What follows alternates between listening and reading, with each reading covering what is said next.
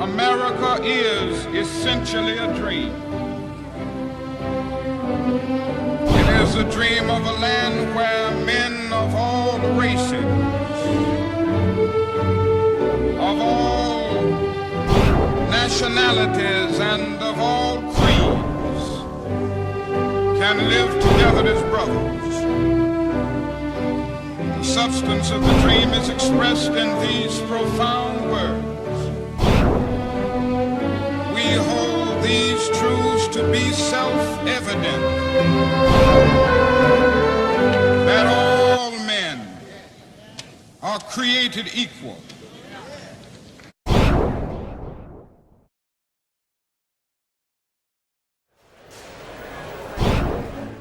Philadelphia Mayoral Commission on African American Males released a report in April 2014 that 42.7% of black males in Philadelphia have a high school diploma, GED, or equivalent.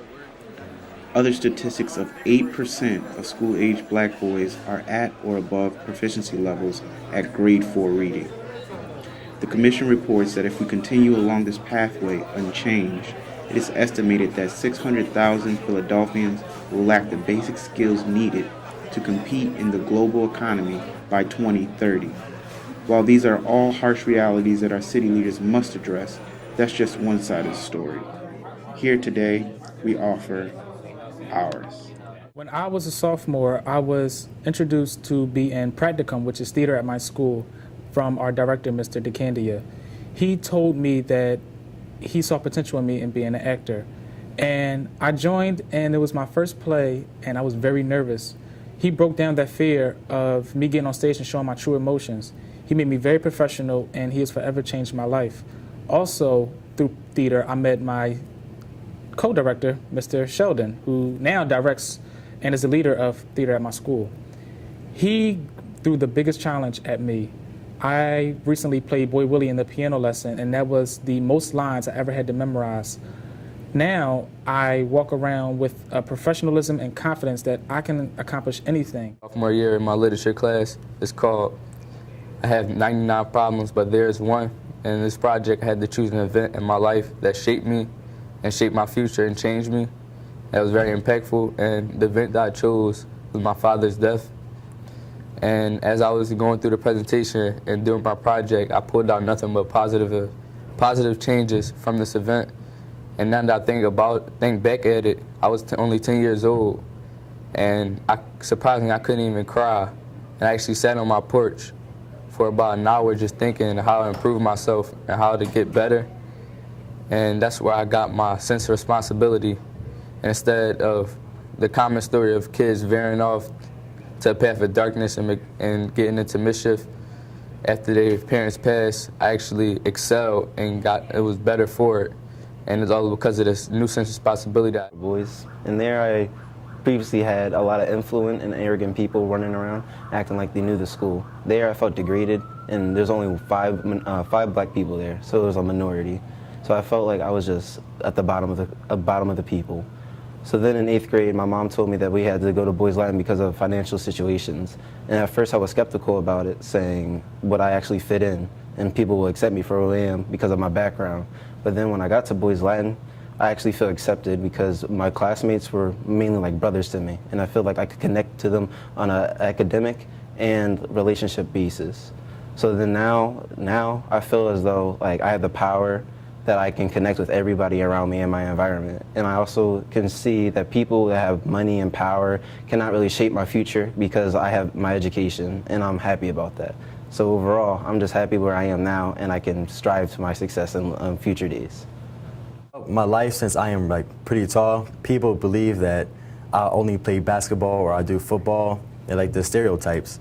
But once I came to Boys Latin, Dr. Hardy, the founder of the school, he introduced me to rowing, and rowing played a really huge part in my life, and is really improving me as a person. And I really thankful for my mom and my whole family there supporting me each way and each step that I go. And I also want to say how my mom helped me in my academics. With her choosing me to go to Boys Latin, it helped me improve in my academic skills since I'm taking all honors classes and I'm passing all of them, and taking also AP classes. And that's one thing that's really important to my life. And my main goal is to get into Ivy League college. So doing this is really important. My teacher during freshman academy, Mr. Smith, he acknowledged my grades in math and science, and he started inviting me on science trips during freshman year.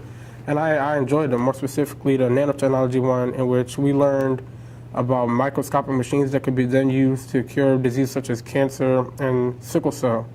So after my nanotechnology trip, I went to my first science symposium, where it's a big collaboration of all these students that come and they bring their projects and they show us what they've done. And so I realized that there are more kids like me that also like engineering, because it's not usually known for African American males to be engineers. And they're mostly stereotype that they're like drug dealers and whatnot. So I found it really cool, which inspired me even more to stand out and be what not everybody expects. And so furthermore, after wanting to be an engineer, I joined our school's NSBE group, National Society for Black Engineers.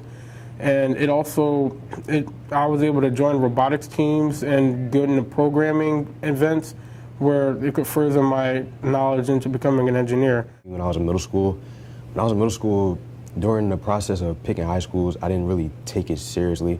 You know, I picked high schools that my friends were going to, or I picked high schools that I knew I wouldn't like, but I knew I would get into it.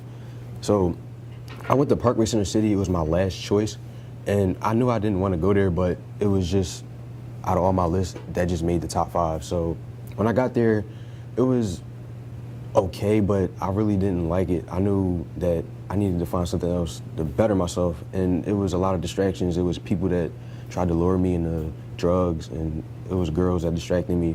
So I told my parents that I wanted to transfer and I wanted to go to Academy of Palumbo.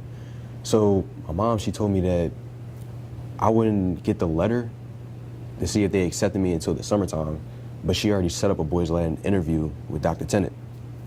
And so I didn't want to wait, because what if I get that letter and they don't even accept me? So I just took the interview, and I actually liked the school. He gave me a tour, and I liked the level of maturity and confidence that each student displayed when I walked through the doors. And I knew that, okay, my mom, when she suggested Boys Latin, when I heard the term boys, I wasn't as thrilled as she was. I really wasn't. So I just did it because I knew that it would make them proud and just to take a chance.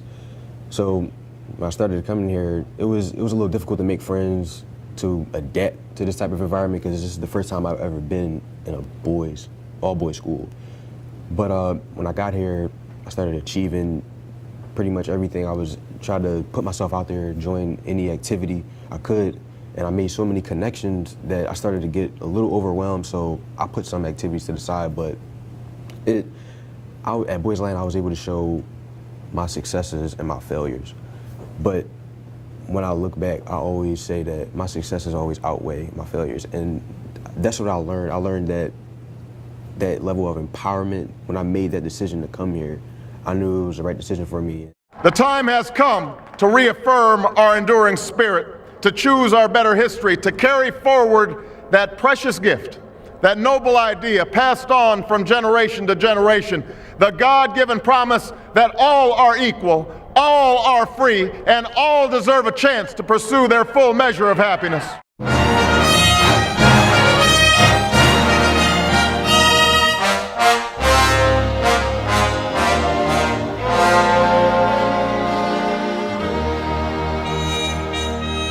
By the record we've made and the part that we've played, we are Americans too. By the pick and the plow and the sweat of our brow, we are Americans too. We have given up our blood and bone, helped to lay the nation's cornerstone. None have loved Old Glory more than we. I have shown a greater loyalty. Bunker Hill to the Rhine, we've been right there in line, serving the red, white, and blue. All our future is here, everything we hold dear. We are Americans too. Somewhere out there in the parade, loudly, proudly, and undismayed, we'll be singing this song, many million strong. We are Americans, loyal Americans. We are Americans too.